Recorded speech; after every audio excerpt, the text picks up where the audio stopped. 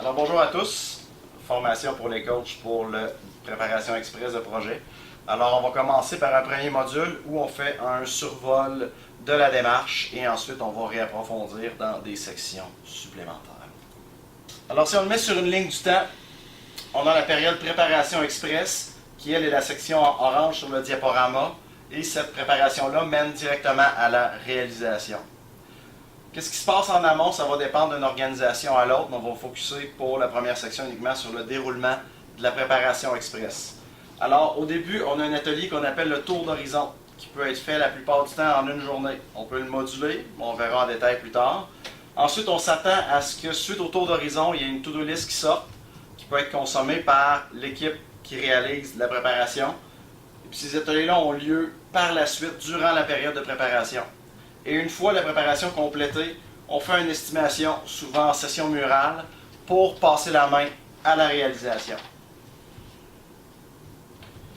Le fameux atelier Tour d'horizon qui se décline en 10 stations. Alors ces 10 stations-là sont des étapes qu'on parcourt ensemble, l'équipe de préparation, pour s'assurer qu'on couvre tous les sujets clés d'une préparation.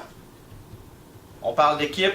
Les leaders clés qu'on a besoin d'identifier au début, c'est qu'on a besoin d'avoir une équipe de leaders de 2 à 5 personnes. Pourquoi 2 à 5? Si on fait un groupe de 15 personnes et que tout le monde est décideur, on n'aura jamais un consensus, on ne passera jamais au travers. On s'assure d'avoir au moins nos 3 leaders dédouanés, un responsable TI, souvent on l'appelle l'AO, en agilité disciplinée, qui est le responsable d'architecture. On veut notre PO, qui est le responsable de produit. On veut souvent un Scrum Master comme facilitateur. Souvent, il y a des habiletés en animation de réunion. C'est très précieux si on veut être capable de finir dans les temps. Puis on veut aussi les décideurs de projet. Si jamais notre PO ou notre AO ne sont pas 100% dédouanés pour prendre toutes les décisions, il faut qu'ils soient suffisamment entourés pour être capable de les prendre. S'il y a quelqu'un qui peut faire capoter le projet d'un coup de téléphone, on le veut dans la salle. C'est ça pour toi, Eric? Oui. Si, par exemple, l'organisation disait que son CP est dans l'équipe de leader clé, dans l'équipe noyau, et déciderait d'intégrer le Scrum Master plus tard. Moi, pour moi, je n'irai pas dans ce sens-là, mais il faut que je travaille présentement pour leur faire comprendre. Est-ce que tu dirais, ayant lâché prise ou non, je fais bien d'intégrer le SM plus tôt? Je dirais la chose que je ferais dans un cas comme ça, c'est que je prendrais le coach comme Scrum Master au début, comme facilitateur. Puis si l'organisation souhaite que le chargé de projet ait un rôle influent, il pourrait être dans l'équipe noyau si c'est souhaité. Mais on ne laisse pas cette équipe-là dégénérer en termes de taille, de se rendre jusqu'à 15 personnes. Je caricature, mais on ne veut pas aller jusque-là. Si jamais des leaders reconnus, dédouanés, puis acceptés par les équipes, on peut les prendre dans l'équipe noyau. C'est pour ça que 5 personnes, c'est plus que nos 3 rôles clés. Si on a besoin d'un leader champion d'un autre segment de l'organisation, on peut l'accepter dans le groupe. Donc, si pour ce projet-là, notre SM est vraiment la leader clé, présentement la CP est en train comme de la tasser, peut-être pas pour les bonnes raisons, ce serait peut-être bien justement que l'autre se sente intégré aussi à travers ce processus. Exact. Le tour d'horizon, on le découpe en blocs d'affinité. Souvent, ce qui revient, c'est les 3 blocs suivants. Je vous dirais que c'est la partie non négociable du tour d'horizon. L'ordre des blocs, c'est le morceau clé. Alors, si jamais vous en organisez un qui n'est pas toute la même journée, je vous décourage fortement de couper au milieu d'un bloc. Gardez les blocs entiers. Puis, si jamais vous modifiez ou vous inversez l'ordre de certains ateliers, gardez-les dans le même bloc. C'est ce qui permet d'avoir les conversations dans le bon ordre. Parce que la première chose qu'on veut faire, c'est que si on y va avec les sections, quand on tombe dans le bloc 1, c'est les ateliers à faire. Ces ateliers-là, on veut quelqu'un à faire en avant. Ça peut être soit le PO, ça peut être soit un architecte à faire ou un contributeur clé à faire qui maîtrise le domaine et qui est capable de l'expliquer. Alors ici, on a opportunité et besoin. Ici, dépendamment des intrants qu'on a dans l'organisation, on pourra voir qu'est-ce qui est requis pour cette étape-là. Processus actuel, processus cible. On est axé processus, on est axé un résultat à faire. Là où il peut y avoir des petites variantes là-dessus, c'est que si jamais il y a plusieurs processus, on peut alterner actuel, cible, mais tant qu'on reste tous les blocs à faire ensemble, c'est l'idéal. Puis aussi, on insiste pour pas qu'on parle de la solution TI en dessous autant que possible. On veut rester dans un vocabulaire à faire pour que tout le monde dans l'équipe de préparation s'approprie le langage à faire. quand on tombe au niveau du bloc 2, l'élaboration du carnet, c'est là qu'il commence à avoir un pivot de leadership. C'est que là, on a nos champions à faire qui ont parlé au début, qui ont pris tout le plancher. C'est ce qu'on souhaitait. L'autre, ici, la conversation commence. On commence à parler des scénarios d'utilisation. Alors à ce moment-là, on va essayer de viser des scénarios bout en bout pour que si on livre la solution scénario par scénario, on livre des incréments le plus possible utilisables. Le carnet de produits est fait aussi à mesure et on les valide un envers l'autre. On va voir dans l'animation des ateliers plus loin comment on peut le faire, mais il y a plusieurs façons d'attaquer cette section-là. Ici, on veut idéalement pas démarrer avec une page blanche. Parce que si on démarre avec une page blanche, ça va être beaucoup plus long, c'est là qu'il y a des dangers de l'échapper beaucoup. Ici, on veut un découpage à faire, mais sensible au TI. Autrement dit, si le découpage à faire n'a aucun sens au niveau TI, nos champions TI peuvent commencer à se prononcer pour essayer d'influencer le découpage. Mais on ne veut pas l'inverse. On ne veut pas un découpage TI sensible aux affaires, on veut un découpage affaires sensible au TI. Rendu ici, on est dans la section un peu plus TI.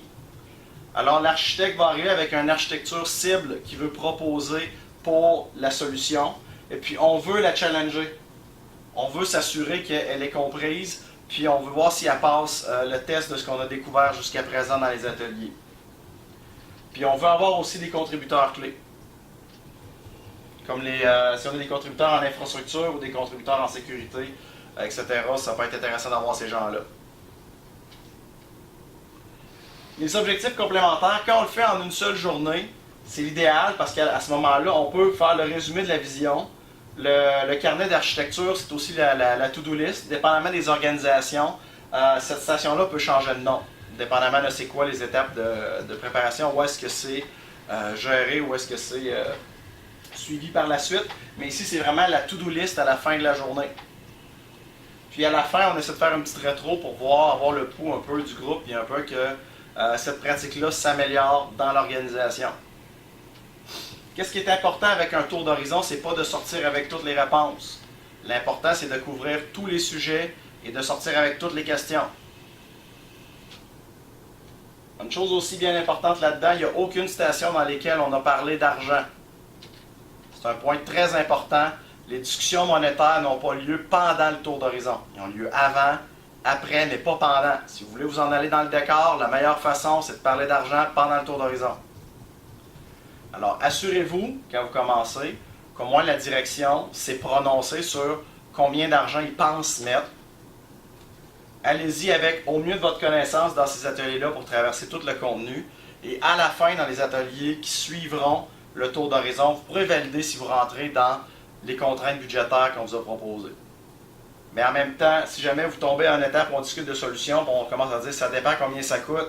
Le ça dépend combien ça coûte, c'est un élément qu'on va ajouter au carnet d'architecture, qu'on va dire on a un to-do, telle section de l'architecture, on a un doute, ça dépend du prix.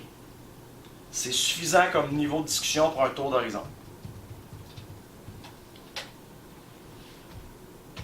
Ce serait la fin du module introduction. Est-ce qu'il y a des questions? Je l'ai ici sur une ligne du temps. Quand on veut le préparer, on commence par avoir un premier contact avec nos leaders. On va préparer nos activités. On va faire un atelier préliminaire de préparation. Autrement dit, comme coach, on va aller voir au niveau des intrants qui sont déjà prêts dans l'organisation, si c'est consommable dans le tour d'horizon.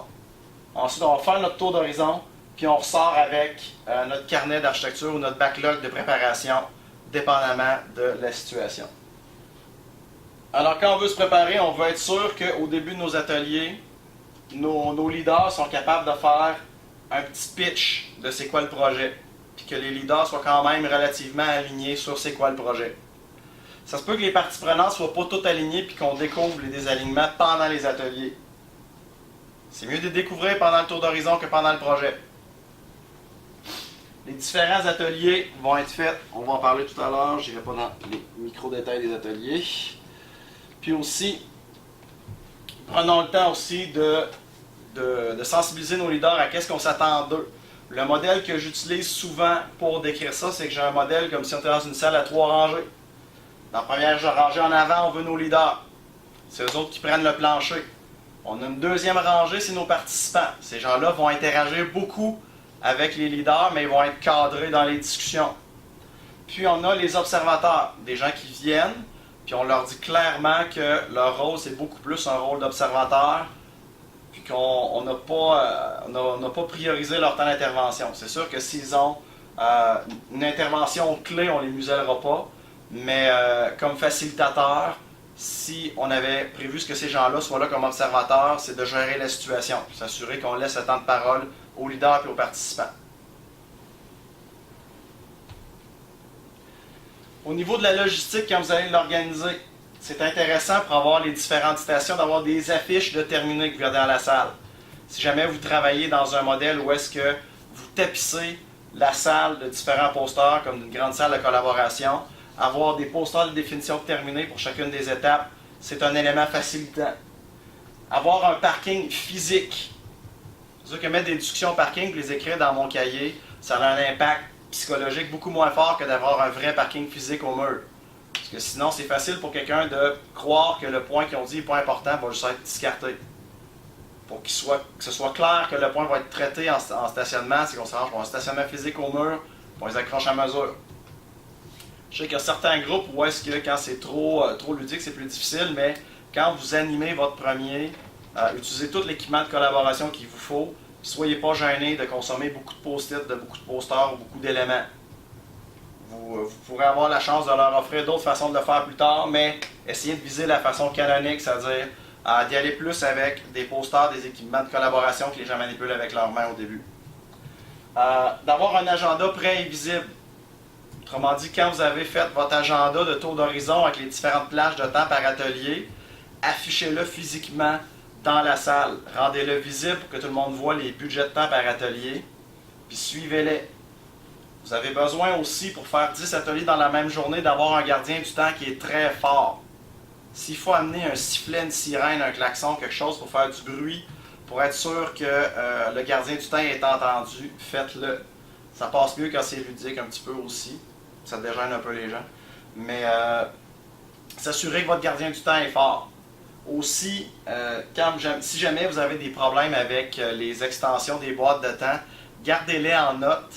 Puis quand vous arrivez dans les pauses, renégociez rapidement vos boîtes de temps pour être sûr que vous avez de la place pour faire tous vos ateliers. C'est plus important et plus payant de faire tous les ateliers que de faire chacun des ateliers parfaitement. Parce que si vous faites ça, vous allez perdre votre momentum, vous n'aurez pas couvert la palette de sujets, puis quand vous allez recommencer, vous allez partir un peu en dette à toujours rattraper ce que vous avez dit dans la journée. Alors gardez vos boîtes de temps courtes, quitte à avoir plus de stationnement à rediscuter en atelier supplémentaire par la suite. Réservez justement en avance un jour 2. Annoncez vos couleurs. Si jamais vous prévoyez faire votre tour d'horizon en une journée, assurez-vous que le lendemain ou une journée très proche dans la même semaine, vous avez une autre journée avec tout le monde déjà booké. Puis vous leur dites que c'est une journée qu'on garde pour des ateliers supplémentaires optionnels. C'est pas tout le monde qui va être à tous les ateliers de la journée 2. Alors tout le monde est à la journée 1 de tour d'horizon, mais à la journée 2, c'est des sujets de stationnement qui intéressent juste une partie du groupe. On invite juste la partie du groupe qui est intéressée pour ces éléments-là.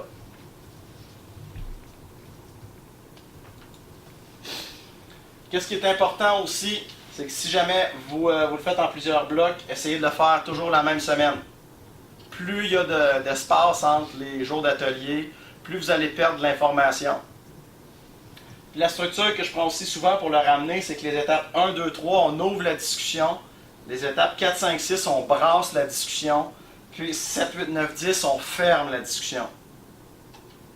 Parce qu'au début, on explique le processus à faire, on explique là où on veut aller. Puis ça met la table pour discuter de la solution d'affaires, solution TI, les scénarios. C'est là où est-ce qu'on s'attend qu'il y ait le plus de discussion, qu'il y ait le plus de mouvement dans le contenu. Quand on est rendu vers la fin, qu'on est en train de s'approprier la vision, puis qu'on est en train de la résumer, on est en train de fermer, on est en train d'élaguer.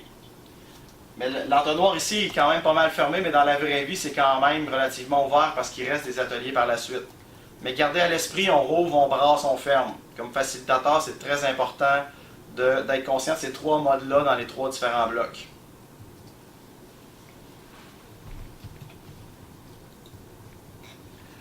Alors, si on le résume, alors ici on l'a dans une version ludique et dessinée à la main. Alors au début, à l'entrée de la porte, si on fait la métaphore qu'on le fait dans une seule salle avec des posters au mur, la première chose qu'on fait, c'est que près de la porte, on met les règles de la réunion et les différents agendas qu'on s'est préparés pour la journée. Ensuite, on fait nos 3 stations, une après l'autre, les 3 stations à faire. Dans la partie qu'on parle de l'actuel, c'est intéressant aussi de souligner les douleurs actuelles du processus. Dans la cible, on en reparle un peu, voir qu'est-ce que ça l'adresse. Ensuite, on a le bloc 4 et 5, nos scénarios, notre carnet. Solution TI. Ensuite, au niveau des risques. Vous voyez aussi qu'il y a des flèches aller-retour en différentes stations. C'est pour ça que c'est intéressant de le faire en une seule journée, parce que si vous avez à retourner en arrière, qu'une fois rendu en solution TI, on se rend compte que quelque chose ne peut juste pas être fait, on peut ramener la discussion au niveau du processus cible à faire, puis réouvrir la discussion. C'est beaucoup plus facile si on est tous dans la même ambiance, qu'on a eu toute l'information très récemment. Si c'est séparé par plusieurs jours, il faut se réapproprier le contenu, puis on perd le momentum. Ensuite, vers la fin, on continue, on résume la vision, on se fait notre to-do list, on fait une mini-rétro, et à la fin, notre stationnement, on le traite. Idéalement, chacun des points de stationnement à la sortie devrait avoir un porteur. C'est si on veut garantir qu'il y ait un suivi par la suite, c'est ce qu'il faut faire. Puis ensuite, l'équipe noyau, nos 3 leaders, vont s'assurer chacun dans leur domaine que ces points-là sont poussés pour que les travaux avancent.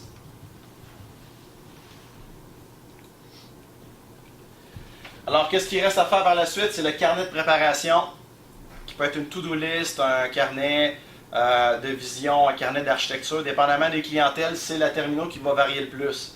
Adaptez-vous à la clientèle, adaptez-vous à leur livrable à eux. Mieux vous êtes arrimé au livrable de l'organisation, plus que vous allez avoir de traction pour faire vos ateliers, vos activités. Plus vous introduisez de nouveaux mots et de nouveaux concepts dans leur méthode de travail, plus vous allez avoir de la difficulté à vous arrimer avec les instances existantes. Assurez-vous aussi, une fois que vous avez votre stationnement, que vous avez les règles pour le consommer, ce stationnement-là, ou ce carnet-là. Si jamais vous voulez mettre des réunions de suivi une fois par semaine, etc., ça peut être avec un statutaire, ça peut être consommé de façon itérative, mais attachez-vous avec l'organisation de comment ça va être consommé, ce stationnement-là. Puis ensuite, on encourage fortement aussi dans la petite rétro de faire un rôti à la fin. Alors, un retour sur le temps investi pour être sûr que, dans le fond, les gens qui étaient là ont tiré de la valeur du temps qu'ils ont passé avec nous. Puis aussi, ça nous aide à nous guider pour la suite, voir si on a invité les bonnes personnes. Si les personnes qu'on a invitées n'ont pas contribué et ont perdu leur temps pour la structure de cette organisation-là, on sait que pour les prochains tours d'horizon, c'est peut-être pas pertinent de venir les chercher. S'il y a des gens qui ont confirmé leur intérêt et que ça a beaucoup de valeur pour eux, ben ça confirme pour les prochains tours d'horizon que c'est le genre de profil qu'on va souhaiter avoir. Au niveau de l'entrée et de la sortie, vous avez quand même une certaine flexibilité. Alors, dépendamment des clientèles, que ce soit comme on l'a fait à la capitale et à Revenu Québec, les intrants sont différents d'une organisation à l'autre. Essayez de vous accrocher sur les intrants naturels s'il y en a. Sinon, pigez dans votre bagage agile, on en parlera dans la prochaine section. Même chose pour la sortie. Un point important aussi au niveau de la sortie, c'est que le résultat d'un tour d'horizon, ce n'est pas un livrable à numéro. Dans des P80, P490 de ce monde, ce n'est pas ce qu'on souhaite atteindre avec le tour d'horizon. J'encourage fortement à prendre beaucoup de photos puis à garder un maximum des artefacts que vous avez. Si c'est des gros artefacts, juste des photos, les petits, peut-être les scanner puis les garder en numérique à quelque part. Les attacher soit dans un document Word ou un PowerPoint ou un PDF quelconque pour avoir un résultat des travaux. Le résultat des travaux, ce n'est pas quelque chose qu'on entretient comme un livrable, c'est une photo, un point dans le temps dans le projet. Ça pourra alimenter des livrables futurs, mais le tour d'horizon ne donne pas un P quelconque qui, lui, doit être mis au propre dans Visio, etc. C'est vraiment juste une photo de la situation, puis une capture de la discussion qui a eu lieu à ce moment-là. Alors, on va parler de la station 1. On va en parler plus en détail de celle-là ici. C'est la station qui démarre le tour d'horizon. C'est là où on parle des objectifs. Normalement, à partir de la station 1, une fois qu'on en sort, on est censé avoir au moins une vision commune de qu'est-ce qu'on essaye d'atteindre pendant le tour d'horizon. Qu'est-ce qu'on cherche, c'est quoi la quête. Alors idéalement, on veut avoir des objectifs SMART. Chacun de ces éléments-là, en passant, sont tous des bonnes pratiques recommandées. Vous n'êtes pas obligé de tous les prendre en même temps, mais de piger là-dedans, c'en est des bonnes qui ont fait leur preuve. Alors, les objectifs SMART, qu'est-ce qu'on va faire, comment on va le mesurer, on se donne un jalon dans le temps. Ça aide vraiment à prioriser par la suite et à choisir les bonnes cibles. Le X-Matrix, c'est une matrice en X qui permet de faire le lien entre des objectifs d'affaires, des tactiques d'implémentation, des exigences, puis aussi des impacts au niveau de la réalisation. Alors, c'est un intrant qui peut être intéressant si votre organisation permet de vous le fournir. Le modèle de canot, c'est un modèle pour étudier un produit versus un marché. Alors, on peut utiliser cet outil-là puis l'adapter à votre projet. Qu'est-ce qui est intéressant avec le modèle de canot, c'est que non seulement ça va nous guider pour la suite, pour les obligatoires importants facultatifs, mais ça nous guide aussi à savoir comment mieux les qualifier. On peut voir s'il y a des éléments qui sont considérés comme des fondamentaux. Donc, ça veut dire non seulement ils sont obligatoires, mais en plus, ne pas les avoir va avoir un impact très, très négatif sur le produit parce qu'on les prend sur acquis.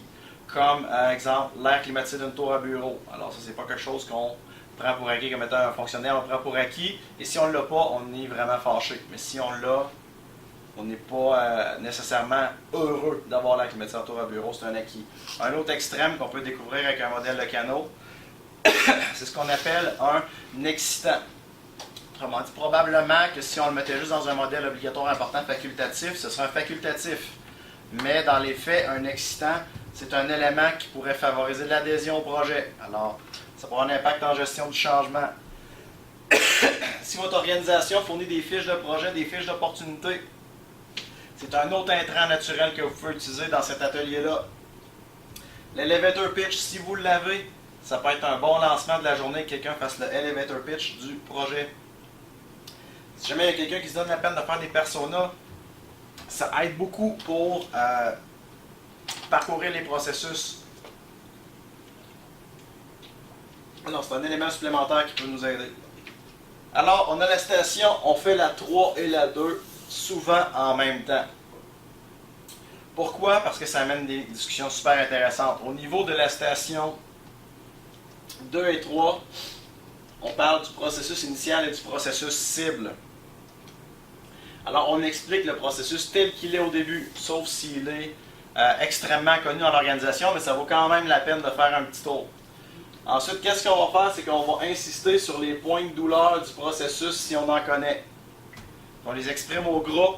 À ce moment-là, ça va guider les discussions par la suite. Si on connaît les inconvénients de l'ancien, on va voir là où il y a une urgence de changement. Quand on présente le processus cible, on le met idéalement côte à côte. Ou si on le présente sur un diaporama, on les présente rapidement un après l'autre puis on les compare. On insiste sur les différences qui ont été amenées. Alors, on ne rappellera pas qu'est-ce qui est resté identique dans le processus, mais on va parler des différences au niveau à faire.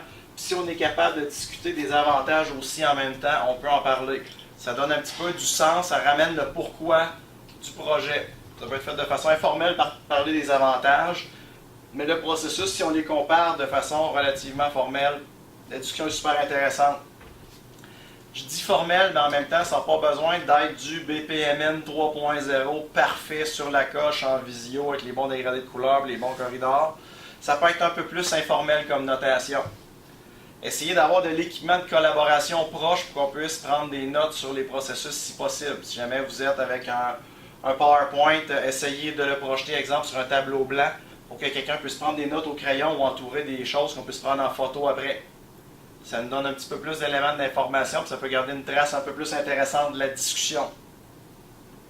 Une fois que ça ici est fait, on tombe plus dans la section du carnet affaires et TI, alors la discussion commence entre les deux.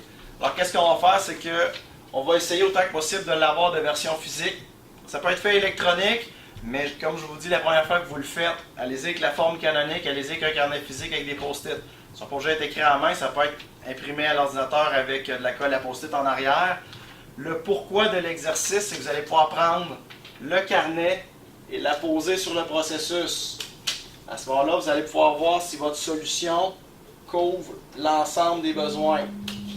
Si jamais vous tombez sur un cas où est-ce que une section du nouveau processus n'est pas du tout couverte par le carnet. Ça va pouvoir être souligné en atelier puis bonifier le carnet directement ou se garder en stationnement de rajouter des éléments de carnet pour le bout de processus qui n'est pas couvert. Ou encore, un autre cas qui peut arriver, c'est si on a des éléments de carnet qui flottent dans le vide, qui ne sont pas attachés à nulle part dans le processus. C'est important de le souligner. Ça peut vouloir dire deux choses. Soit il manque un élément de processus qu'on n'aurait pas cartographié, donc qui ne serait pas vu, mais en faisant la révision des récits, des exigences, on va tomber dessus, on va le faire émerger. Ou inversement aussi, c'est peut-être quelque chose qui n'a pas rapport avec le projet et qui ne devrait pas être dans la portée de l'initiative actuelle. Alors, en le faisant dans ce format-là, vous allez pouvoir avoir ces discussions-là. Donc là, on sous-entend que si on débarque avec le processus cible, il faut toujours bien qu'on le connaisse. Il faut toujours bien qu'on ait réfléchi dessus. Il faut toujours bien qu'effectivement, on ait déterminé que c'est ça notre cible. Fait que ça, c'est en entrant là-dedans. Ouais, Quand tu dis qu'on marque le carnet, ben, ça veut dire quoi? Ça veut dire qu'on a aussi eu une session de préparation de c'est quoi nos premières pensées d'un point de vue de carnet. Pour pas qu'on arrive avec, autrement dit, on n'extrait pas le carnet à partir du processus. Ben, ça peut être fait d'un premier temps, mais souvent un projet va avoir des exigences avant même que le carnet soit, avant même que le processus soit mappé, là, dépendamment des organisations. Là. C'est pour ça, c'est flexible là-dessus parce que les conditions initiales pour cet atelier-là ne sont pas la même d'une organisation à l'autre. Il y en a qui vont arriver, exemple dans le public, avec des instructions de travail, avec toutes sortes de documentation supplémentaire dans laquelle on peut aller piger, mais des organisations qui sont très peu documentées. Puis à ce moment-là, on n'aura pas beaucoup. Des fois, on va découvrir le processus pendant ces ateliers-là. Là. Je veux dire, exemple, si on a quelqu'un à faire qui dessine le processus, puis dans les participants, on a quelqu'un qui vit avec le processus, peut-être qu'il va être bonifié live en atelier pour dire « Ouais, mais on a oublié tel pan, tel pan, tel pan. » C'est pour ça que je dis que la notation, il ne faut pas qu'elle soit trop formelle, trop propre non plus. Parce que quand la notation est trop propre, les gens ils se marient avec leur dessin et ils ne veulent plus le modifier. Puis j'imagine aussi un des pièges, c'est quel niveau de profondeur tu veux dans ton processus. Là. Aussi. À ce niveau-là, on est super haut niveau. Ouais, on est au niveau. Là. Dites-vous qu'un processus comme ça, la comparaison entre l'ancien et le nouveau, là, si votre PO n'est pas capable de l'expliquer en 30 minutes, c'est parce qu'il y a trop de détails pour un tour d'horizon. Ouais, c'est ça. C'est un peu le benchmark. Là. Si jamais il n'est pas sûr, demandez-le de se pratiquer tout seul dans la salle de bain, puis s'il n'est pas capable de l'expliquer en 30 minutes, c'est que soit c'est trop gros pour être fait en tour d'horizon, soit c'est son niveau de détail qui est trop bas. C'est pour ça que ça demande de la préparation par rapport au PO. Oui, effectivement. À ce moment-là, vous autres, comme coach, comme accompagnateur, il faut vous passer du temps avec votre PO pour être sûr que le niveau de détail est suffisant, puis que la quantité d'informations aussi, c'est pas trop gros par rapport à l'agenda que vous vous êtes donné. C'est pour ça que je dis qu'il y a moyen de le moduler en plusieurs blocs. Si jamais vous voulez quand même le faire en tour d'horizon, mais que la quantité d'informations est trop grande pour un agenda condensé, j'ai déjà vu une équipe le faire en 2 jours, plus la journée d'atelier. Donc ça fait 3 jours en tout. À ce moment-là, eux autres, ils avaient gardé la première avant-midi pour faire la partie affaires. Puis vu que c'était l'intégration d'un logiciel, qu'il y avait beaucoup de détails techniques à discuter, la partie TI, elle prenait une journée. Elle prenait 2 blocs d'une demi-journée. J'ai des cas où est-ce que la partie TI avait été très très très simple, où est-ce que c'était une acquisition d'un produit, la partie TI, c'était de faire la démonstration du produit. C'est assez malléable au niveau de l'agenda. Mais je dirais que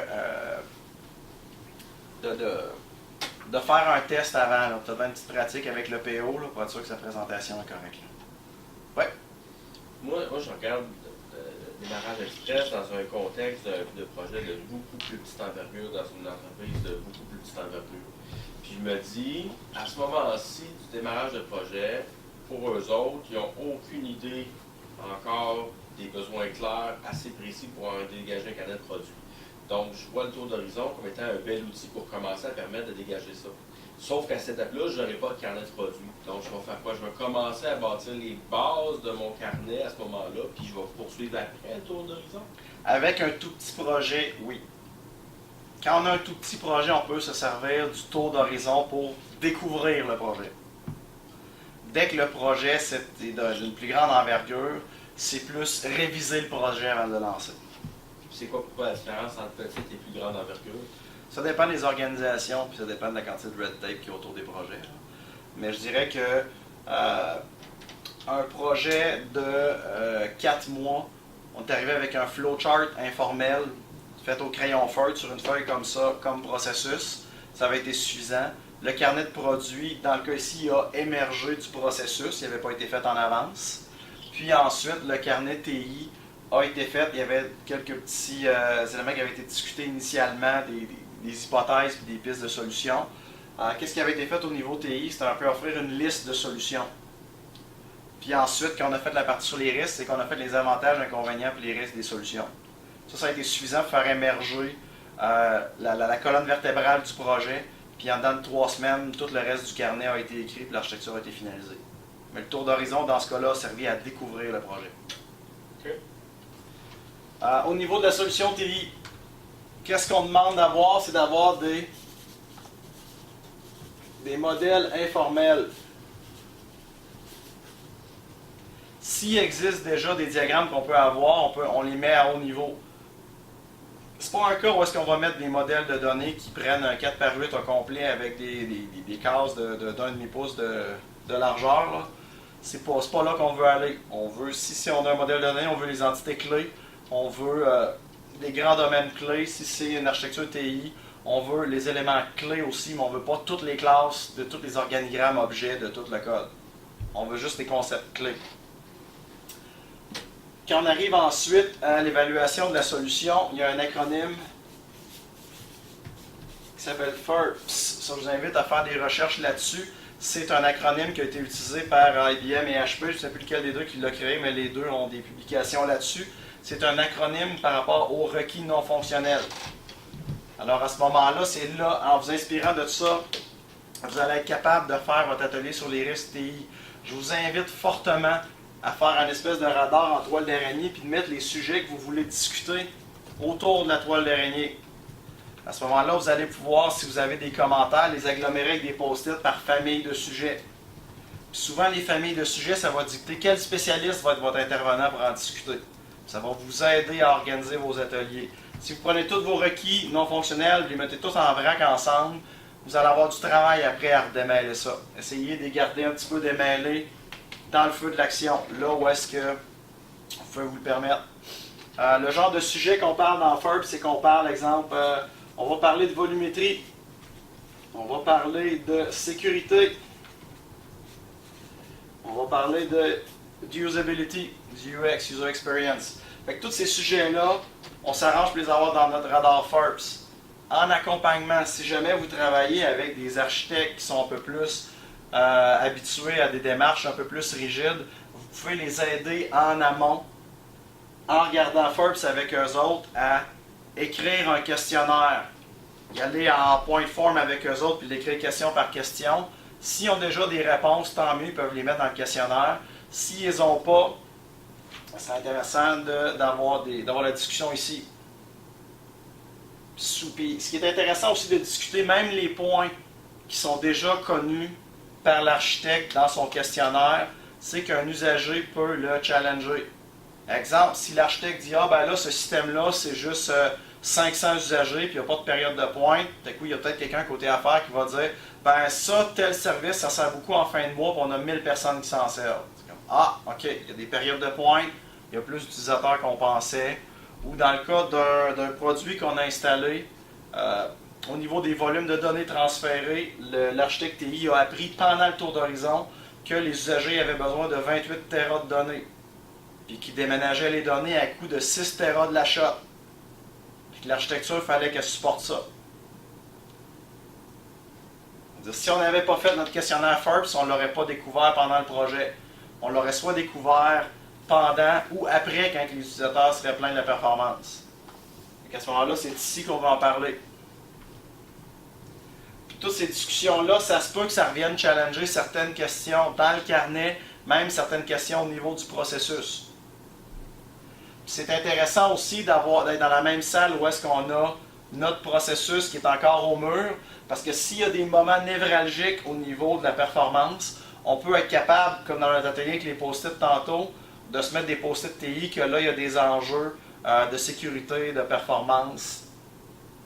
On peut parler aussi des stratégies d'essai là-dedans. On travaille avec une équipe qui travaille dans un entrepôt de données. Dans l'entrepôt de données, on a fait des migrations massives de comptoirs de données. Pour faire les tests, ça prenait beaucoup plus de travail, maquiller les données pour faire les tests, que le projet au complet. Fait qu'à ce moment-là, il a fallu qu'on demande une dérogation pour tester avec des données nominatives. Vu qu'on s'en est rendu compte autour d'Horizon, on a pu le demander tôt. Puis vu qu'on l'a demandé tôt, on l'a eu à temps pour ne pas bloquer le projet. Alors, en faisant un atelier assez sérieux puis assez bien préparé pour le radar des enjeux TI, vous allez pouvoir lever des lièvres assez tôt pour les régler avant que ça bloque votre projet. C'est intéressant que les gens affaires assistent aussi à ça. Là, on arrive plus vers la fin du tour d'horizon. On a parlé au début qu'il y avait la dynamique affaires, que les gens TI étaient là, étaient à l'écoute et parlaient en langage affaires. Quand on est à la fin, même si on est plus en TI, qu'on est plus en langage TI, c'est pas une raison pour que les gens d'affaires se poussent de la salle et qu'ils arrêtent d'écouter. Au contraire, on les veut ici. On les veut dans la conversation. On veut qu'ils voient les conséquences de ce qui est demandé. Puis on veut voir aussi que si on fait des compromis au niveau de la solution TI, c'est quoi l'impact au niveau affaires, et est-ce que ces compromis-là sont acceptables ou pas. Ils ne sont pas obligés de répondre on the spot si le compromis est acceptable ou pas. S'il y a un compromis à réviser, on le met au stationnement et on en parle en dehors. S'il y a plusieurs solutions alternatives, puis la question qu'on se fait répondre quand on demande qu'est-ce qui convient le mieux, la question qu'on se fait poser, c'est combien ça coûte. Le combien ça coûte, ça va au stationnement. On peut faire les avantages et inconvénients à haut niveau des différentes solutions, mais le combien ça coûte, ça va aller en dehors. Qu'est-ce qui avait été fait dans des ateliers que j'ai fait avec un groupe à un moment donné, c'est qu'on les a mis en ordre de priorité, de qualité de la solution, puis le combien ça coûte, ça a été réglé en dehors. Comme je disais au début, si vous embarquez la discussion d'argent ici, c'est sûr que vous allez dans le décor. Est-ce qu'il y a des questions? Oui, je voulais juste savoir, dans ton atelier FERPS, est-ce que tu fais juste capturer l'ensemble de la volumétrie sécurité user experience ou tu vas créer des récits à partir de là ou ça va venir impacter après ça soit tes récits ou ta definition of done et ainsi de suite? Les trois sont possibles. Okay. Si tu as un récit qui découle de ton FERPS, tu essaies de l'attacher en dessous d'un épic à faire. Okay. C'est pour ça que c'est intéressant d'avoir le processus à côté, parce qu'on peut voir, on peut facilement faire l'adéquation qu'on a faite entre le carnet et le processus. On peut faire l'adéquation entre l'architecture et le processus aussi. Là, je dis vous inspirez de FIRST, mais ce n'est pas la seule source possible. Si dans l'organisation, il y a des normes, c'est à ce moment-là d'en parler. Dans un environnement de grande envergure, dans la fonction publique, ça se peut qu'il y ait des départements d'architecture d'entreprise, qu'il y ait tout plein de joueurs qui aient leur mot à dire sur la solution. Puis dans notre radar, on peut mettre les conversations qu'on doit avoir avec ces gens-là avant de décoller. C'est pour ça que je ne vous propose pas un radar déjà fait. Faites-en un qui a du sens dans l'organisation où vous êtes. Puis si un radar c'est trop ludique pour l'organisation comme outil, sinon vous pourriez faire un tableau avec des colonnes et des titres, là, si jamais ça ne passe pas, le fait de manipuler un radar. Mais l'esprit de ça, c'est de partir du FERPS, qui est une base reconnue, puis de le bonifier avec les réalités de l'organisation. C'est ce qu'on veut faire. Là, il nous reste à parler de la sortie de la réunion puis du stationnement. Quand on arrive à la sortie de la réunion, avant de partir, on fait un résumé de la vision. Pourquoi on le fait à la fin? Parce qu'on veut que la vision vienne des participants et qu'ils y adhèrent. Si la vision, ça vient juste du PO des directeurs, on pousse ça au début, puis on laisse ça là, puis on leur dit de vivre avec, on n'aura peut-être pas l'adhésion du groupe. Versus si ça émerge durant les ateliers. Ça n'empêche pas que le PO et le côté affaires peuvent avoir un énoncé de vision déjà prêt. S'il y en a un déjà prêt, on les inviterait à le proposer plus à la fin qu'au début. Parce qu'on part avec les objectifs vont tirer sur le reste. Parce que souvent, une vision va impliquer la solution dans la vision. Et si on donne la solution au début, si on donne la vision au début, on se trouve à donner la solution avant de discuter des besoins puis des enjeux qu'on rencontre. Oui? Dans ton point 6, par contre, dans ton tour, c'est vision de la solution à faire plus TI. Fait que Ouais. tu commences pas déjà, c'est pas là que moi je me suis attendu que mon PO me sort avec ce qui, puis que plus loin, à travers ce qu'on a eu, dans les discussions, on l'a bonifié, et là, le récapituli, si on veut, en étape 8, serait comme ce que tu avais, ce qu'on a jasé, ça fait-tu du sens qu'on a mixé? Ça fait dire que c'est ça aussi? On est encore à l'étape de mélange à l'atelier 6. OK.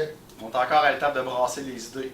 OK. Normalement, là-haut puis le PO, il se challenge rendu là. OK, fait que c'est pas le PO qui est arrivé avec sa vision fixe, si on veut, puis bonifiable, là, mais je veux dire, c'est vraiment encore, voici ce que j'ai pensé, voici ce que Haro a pensé, on mixe ça, on se challenge, pourquoi ci, pourquoi ça, si on allait ci, puis après ça, là, après ça, on résume La station finale de résumé de la vision, c'est la vision harmonisée de tout le monde ensemble, autant que possible.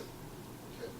C'est ce qu'on essaie d'avoir à ce moment-là. OK. Mais tu peux quand même proposer à ton PO de voir ce qu'il y a en tête et ton en haut, rendu à l'étape 6, par exemple. Exact. Normalement, les gens de l'équipe noyau ne devraient pas être surpris de la vision. Si quelqu'un de l'équipe noyau qui est surpris de la vision, on a un problème d'alignement là, au niveau des leaders. OK.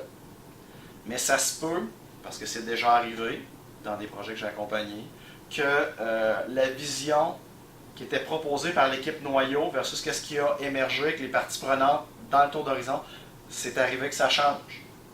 C'est arrivé que la solution que le PO avait en tête allait beaucoup plus loin que qu'est-ce que la vraie clientèle avait besoin. Puis qu'est-ce qui a été fait, c'est que le tour d'horizon, on s'en est rendu compte pendant le tour d'horizon. Puis qu'est-ce qui a été énoncé dans la vision, c'est qu'est-ce qui est devenu une phase 1 de ce projet-là. En gros, la clientèle immédiate du projet avait un besoin à combler. Puis le PO, lui, de par son expertise, avait comme une vigie à plus long terme de qu'est-ce que le projet pouvait livrer. Puis lui, il avait enchâssé cette vision-là dans le projet. Mais la clientèle ne voulait pas attendre d'avoir la totale, la clientèle voulait avoir au moins le besoin immédiat le plus tôt possible. C'est là que, de faire l'énoncé de vision, qu'on a vu le clash, c'est là qu'on a été capable de se rattraper et de se séparer en 2 temps. Donc, dans ce contexte-là, l'équipe est arrivée avec la vision, elle a, dans le fond, challengé au PO. Le PO a dit « Wow, c'est pas ça pendant tout ce que je voyais ». En fait, c'est plus l'équipe noyau est arrivée avec une vision OK. devant les parties prenantes. OK. Les parties C'est prenantes l'équipe ont qui challengé la vision. OK. C'est l'inverse, c'est l'équipe qui l'a. Ouais. Puis quand Ça tu se peut. arrives dans une situation comme ça, Eric, là, parce que tu arrives vers la fin de ton tour d'horizon, je veux pas, c'est nos travaux, là, justement, là, tu as eu un jour 2, là. Ouais. OK. Il y a un jour 2 qui a découlé de ça. C'est pour ça que c'est intéressant d'avoir tous ceux qui peuvent faire chavirer le projet d'un coup de téléphone. C'est pour ça qu'on les veut. Parce que si eux autres ils disent que c'est pas vrai qu'on remet en question la vision, ben au moins ils ont une tribune pour dire que la vision n'est pas remise en jeu. Ou l'inversement, si la vision change, c'est les premiers à être avisés. Il y a des sponsors qui payent le projet, là, eux autres, là, si la vision change, ils veulent le savoir. Alors, qui on invite au tour d'horizon? J'utilise une matrice de contribution comme celle-là. Alors, je vous invite à utiliser cet outil-là comme support à la conversation. Dans les conclusions à laquelle vous allez arriver à ça avec cet outil-là, c'est pour vous aider à réfléchir et à inviter les bonnes personnes. Ça ne devrait pas être un constat final, mais juste une aide. Alors, les 2 axes parmi lesquels je m'occupe pour trier, alors il y a l'effort et la complexité. Alors, on a un effort faible, effort élevé, complexité faible, complexité élevée. Alors, si jamais on a un contributeur, c'est toujours un flair à ce moment-là, c'est une intuition. Alors, vous n'avez pas d'estimé, puis c'est normal que vous n'en ayez pas encore. Alors, si vous avez une idée plus de ça, t-shirt sizing, pour demander à votre architecte ou aux architectes contributeurs un ordre de grandeur, savoir si c'est quelque chose de petit ou quelque chose d'immense. Et à ce moment-là, vous allez pouvoir le classer. Exemple, si ça me dit un effort élevé, mais une complexité faible, c'est de la job de bras. Ça veut dire que ça va être long, mais je ne suis pas obligé de mettre mes meilleurs là-dessus. À ce moment-là, c'est intéressant d'avoir, à votre architecture de vision, d'avoir quelqu'un de technique, puis d'avoir quelqu'un de la gestion au niveau de mon contributeur. Si jamais j'ai à balancer plusieurs centaines de JP d'ouvrages dans la cour d'un autre système, d'une autre équipe, je pense que c'est bon que le gestionnaire soit au courant et qu'il participe à la discussion. Si jamais des enjeux de capacité, qu'il soit capable de soulever ça dans les risques vers la fin des ateliers. D'avoir quelqu'un de technique. On n'est pas juste là pour brasser des chiffres. Vu qu'on va travailler beaucoup dans son système, c'est important d'avoir quelqu'un de technique qui participe aux discussions avec l'architecte. Si on a effort élevé, complexité élevée, non seulement ça va prendre beaucoup de temps à faire, mais en plus, ça va pouvoir prendre les meilleurs. Et à ce moment-là, on s'en va chercher quelqu'un de technique, idéalement un senior ou un architecte du côté du contributeur. On va chercher le gestionnaire aussi. À ce moment-là, il va y avoir probablement des conséquences de son côté. C'est important de l'avoir, au moins qu'il participe à la discussion, au minimum qu'il l'entende. Quand on tombe avec un effort faible et une complexité faible, à ce moment-là, c'est quelque chose qui est considéré comme trivial. Ça ne devrait pas impacter mon tour d'horizon, le fait que je renomme une colonne ou que je rajoute une table. Au niveau de mon DBA, là, ça ne devrait pas être la grande révolution. À ce moment-là, c'est quelque chose de trivial ici. On peut avoir des auditeurs libres au niveau des triviaux. Pourquoi on peut se le permettre quand même? Peut-être que ça se peut qu'on ait sous-estimé. Quelque chose d'avancé, mais d'un effort faible, c'est quelque chose qui est exemple d'une expertise très pointue, mais qui ne demande pas énormément d'heures. Exemple, un avis de sécurité. Je ne commencerai pas dans mon projet à moi-même former un architecte de sécurité ou en engager un exprès pour mon projet. Je vais m'arranger pour faire affaire avec ceux qu'on a ici. Donc à ce moment-là, c'est quelqu'un qui va être un participant. Si on revient au modèle des 3 rangées de tantôt, dans la première rangée, j'ai mes leaders. Alors ma contribution lourde, ça va probablement être un 2e rangée. Peut-être première. Ça va dépendre. C'est à négocier. Soyez ouverts aux deux. Un vital, moi je m'arrangerais pour l'avoir dans mon équipe de leadership. Parce que ça va être complexe dans le système de mon contributeur. Fait que si jamais il y a un architecte qui peut me fournir pour mon équipe noyau pour complémenter mon AO, je le prendrai avec moi. Je le prendrai très proche. Un trivial, lui, il va être 3e rangée. Il va être auditeur libre. Il pourrait même ne pas être là s'il faut, mais on l'expose aux travaux au minimal. Et quand on disait tantôt les travaux du tour d'horizon, qu'on prend beaucoup de photos, qu'on prend beaucoup de notes, c'est le genre de personnes à qui on ferait juste envoyer les notes. S'il y a des questions, on pourrait l'amener en atelier plus tard. Mais s'il insiste pour être là, ou si au niveau de son département, il y a des gens qui insistent qu'il soit là, c'est quelqu'un qui va être plus un auditeur libre. Quelqu'un d'avancé, c'est quelqu'un qu'on veut comme participant. C'est-à-dire, si mon architecte de sécurité peut passer des commentaires qui influencent l'architecture, je suis mieux de les avoir pendant le tour d'horizon que de les avoir plus tard après qu'on ait avancé beaucoup dans les travaux. Ça a été très bénéfique d'avoir un architecte de sécurité dans un des projets auxquels j'ai accompagné parce qu'on s'est rendu compte, suite à un commentaire de l'architecte de sécurité, qu'en faisant affaire avec le bancaire, la notion de compte conjoint, ça faisait une différence au niveau de l'architecture.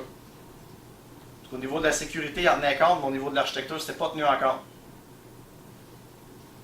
Fait que ça a été super intéressant d'avoir cette information-là, puis de pouvoir prendre des décisions, faire des ateliers très tôt dans la démarche de préparation.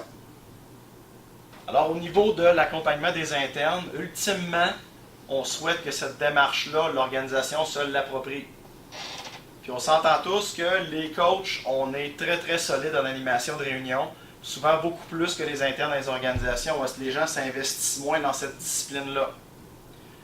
Et qu'à ce moment-là, je vous invite, quand vous accompagnez des internes qui en font avec vous, lorsque vous vous en animez, assurez-vous que vous avez des internes pour vous assister. Essayez de leur déléguer des tâches. Par exemple, s'il y a un Scrum Master qui est pressenti pour faire des préparations express plus tard, amenez-le avec vous. Assurez-vous que ce soit lui, exemple, qui fasse le gardien du temps. Commencez par donner des petites choses. L'agenda qui est à faire, au niveau du tour d'horizon, les différentes plages horaires, laissez les internes le faire dépasser un certain temps.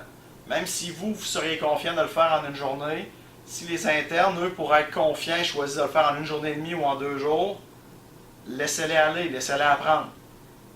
Si on condense l'horaire, ils vont avoir un stress de plus que le fait de le faire eux-mêmes.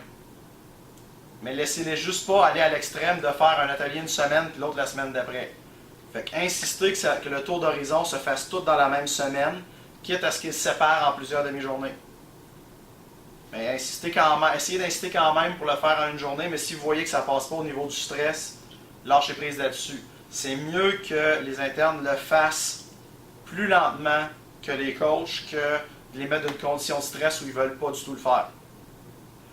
L'autre chose aussi, c'est que si les internes, au niveau de la préparation de la salle et des ateliers, qui décident d'y aller plus en mode présentation, puis qui ne font pas un tour de la salle avec des projecteurs, mais qui vont plus en mode présentation, l'important, c'est qu'ils maintiennent l'agenda, qu'ils maintiennent les blocs, puis qu'ils maintiennent les définitions de terminées. J'ai une équipe qui l'ont fait en 2 jours leur tour d'horizon. Ils l'ont fait 100% en PowerPoint, mais les 3 leaders étaient en avant. Les 3 leaders ont présenté chacun leur section. Chacune de leurs sections était très interactive. Il y a eu un stationnement physique, ils ont pris beaucoup de notes. Il y a eu des post-it par-dessus les slides qui ont été photographiés. Il y a quand même beaucoup d'artefacts qui sont sortis de ces ateliers-là. Beaucoup de discussions. Même si ça n'a pas été fait de la manière canonique, c'était suffisant pour qu'eux ramassent tous les bénéfices qu'ils avaient besoin. Je pense qu'il y a juste l'atelier des risques qu'ils ont fait en post-it. Les autres ateliers, ils ont tous fait en PowerPoint. J'avais insisté pour que leur PowerPoint soit divisé selon l'agenda, puis qu'ils respectent les timebox qui s'étaient fixés pour l'agenda qui était ciblé. Fait que ça, c'est une chose sur laquelle, comme coach, il faut lâcher prise. Il faut laisser les internes s'approprier la façon de l'exécuter. Ensuite de ça, assurez-vous aussi que le respect du Scrum Master est maintenu là-dedans. Dans le sens où le Scrum Master, c'est pas juste un adjoint qui réserve la salle. C'est un facilitateur, mais il ne faut pas qu'il prenne le plancher à la place des AOPO. Mais il ne faut pas non plus qu'il soit trop en retrait et qu'il se laisse écraser au niveau de la facilitation de la gestion du temps. Il faut qu'il soit suffisamment respecté par la AOP et le PO pour pouvoir en faire taire un ou l'autre s'il voit qu'il y a quelqu'un d'important qui ne peut pas prendre le plancher à cause de la personnalité de la AO du PO. Exemple, si on a un architecte qui est très fort, qui est très charismatique, qui prend le plancher, il faut que le Scrum Master soit assez solide pour faire de la place pour les autres intervenants. Fait que c'est important que vous appuyez le Scrum Master, puis que dans les règlements de rencontre que vous mettez au début, que le Scrum Master puisse avoir la prérogative de interrompre une intervention. Très important. Sinon, dans les autres choses à tenir compte pour les internes, je pense que ça fait le tour par expérience de ce que moi j'ai vécu, à moins que vous ayez des questions. Question en lien et pas en lien. J'ai une interne de la CP, je te parlais tantôt, a déjà garoché sa série de rencontres près par rapport au tour d'horizon. Puis, on est plus que sur une semaine, là. On est sur 10 jours. Sauf que le tour d'horizon, lui, va avoir lieu sur 2 jours, back-to-back. Autrement dit, 2 demi-journées, back-to-back, le 16 et le 17, si je me souviens bien.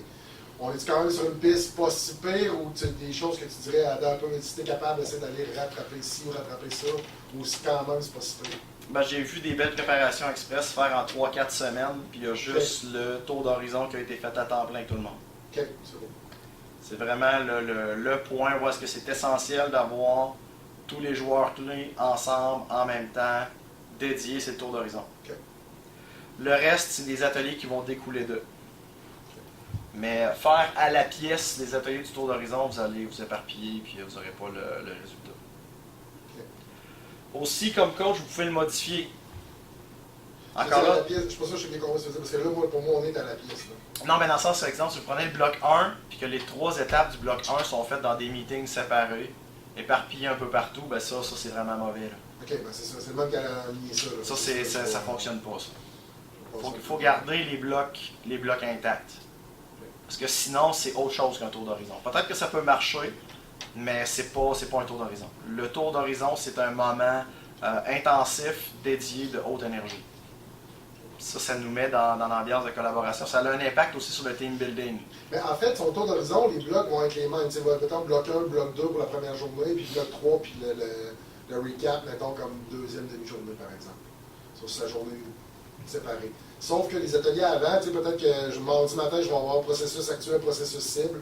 Le mercredi, il n'y a rien. Le jeudi, là, je vais tomber dans solution TI. C'est comme ça là, que la situation... On parle des ateliers préparatoires du tour d'horizon en tant que tel? Non, le tour d'horizon, lui, il va vraiment sur 2 jours. Pour ça, je te dis que la façon qu'elle l'a amené, elle, puis comme je ne connaissais pas encore cette partie-là... Préparatoire, c'est pas grave. C'est beau. Là où, comme accompagnateur, il faut être vigilant, c'est d'être capable de mettre les breaks sur la préparation, parce que si la préparation est trop avancée avant le tour d'horizon, ça va être un moment où est-ce que c'est juste les experts vont présenter le stock, puis ça va être une présentation, ça va plus un atelier. Dans sa tête, c'est ce que je pense qu'elle voit. Là. Puis c'est pour ça que je veux voir, quand elle a participé à Souscoussé assisté avec Martin, ils l'ont fait comment? Parce que moi, j'arrive un peu comme je peux à la soupe, si on veut, pour le prochain projet. J'avais jamais vu le Tour d'Horizon Express. On me dit t'embarques là-dedans, pas de problème, je lis un peu ce qu'on a dans nos affaires, la confluence et tout. Mais il n'y avait rien qui disait, tu sais, par exemple, par rapport, comme Pat a posé la question en intrant, jusqu'à où que je vais pour être prêt en amont, qu'est-ce qu'il fait, etc. Fait que moi, je me suis dit, ben, ces ateliers-là, ça va être là, puis le tour d'horizon, je le voyais un peu plus comme quasiment une présentation, tu sais. Fait que c'est pour ça que une présentation sur une journée, je trouvais, sûr qu'il y a une lumière qui met, ça marche pas, il y a de l'atelier quelque part là-dedans. C'est pas une journée assez écoutée, là. Fait que c'est pour ça que je veux voir justement qu'est-ce qu'on a en amont. Mais c'est pas trop pire, elle n'a pas mis des ateliers d'une journée ou d'une demi-journée. Tu sais, j'ai un petit 2 heures par-ci, un petit 2 heures par-là, pour être capable vraiment d'aborder un sujet, puis probablement que le reste, moi, ce que je fais comme ça, je vais essayer de l'amener, de dire, OK, je vais y mettre les mots dans la bouche, là.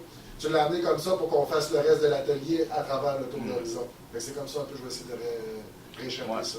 C'est ce qu'on essaie de faire, parce que c'est déjà arrivé où est-ce que le plus récent que je viens de faire, là-haut, le PO était parfaitement synchrone sur les besoins, puis eux autres n'avaient même pas besoin de se challenger entre eux autres, tellement ils étaient synchro les deux. Okay. Mais une fois avec les contributeurs, quand le gars de prestation électronique de service s'est présenté puis qu'il a commencé à parler de la nouvelle vision du portail, quand l'architecte de sécurité a commencé à amener des cas d'exception que les gars n'avaient pas vus, à ce moment-là, on a bonifié.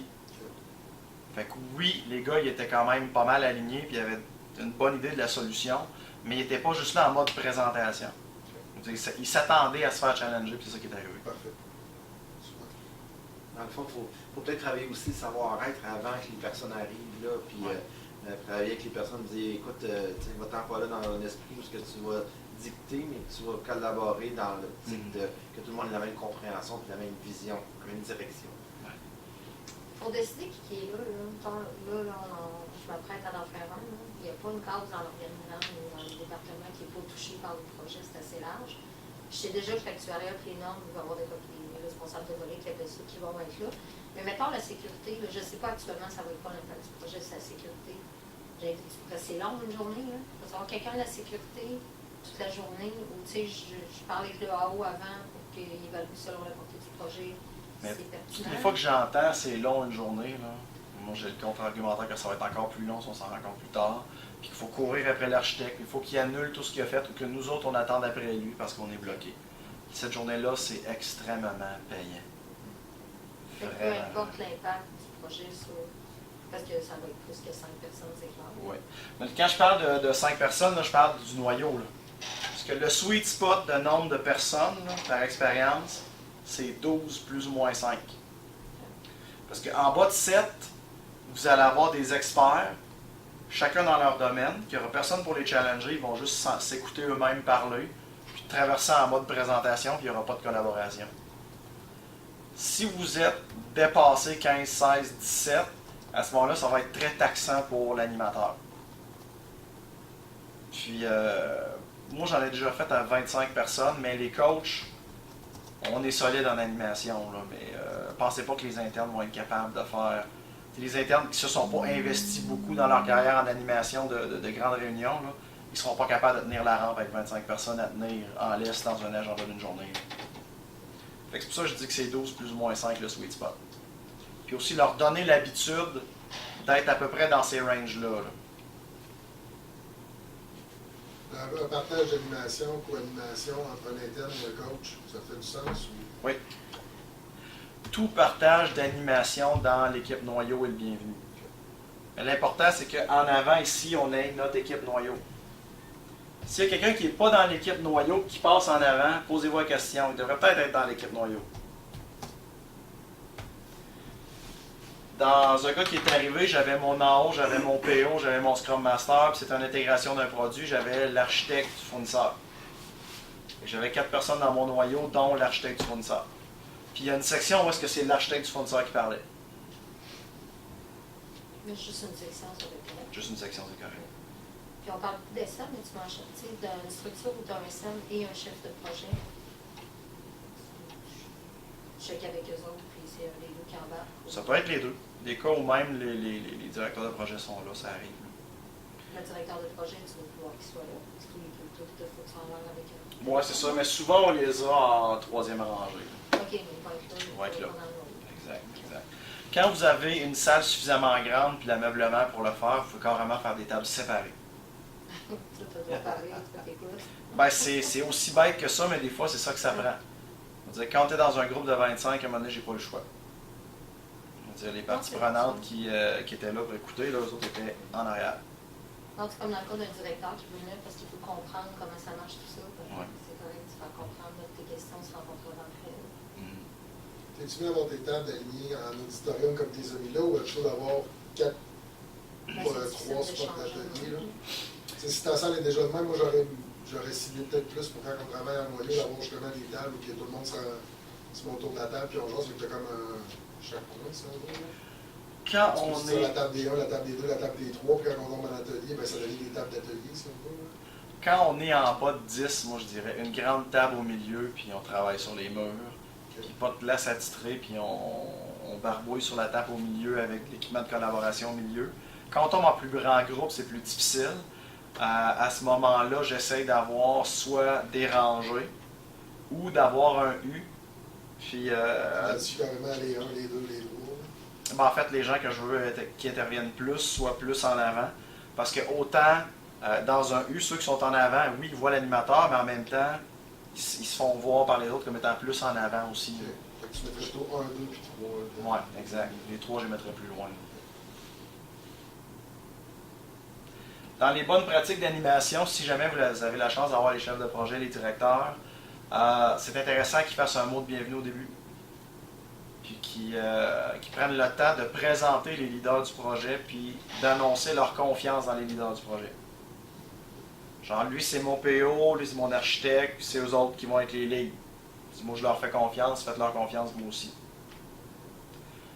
Puis même chose à la fin de la journée. Souvent, laisser le mot de la fin au directeur ou au chef de projet pour qu'ils prennent le temps de remercier les gens d'être venus.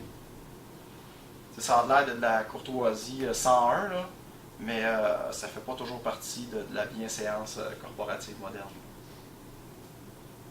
C'est un petit plus qui fait que les gens ils se sentent un peu plus gratifiés du temps qu'ils ont passé en atelier.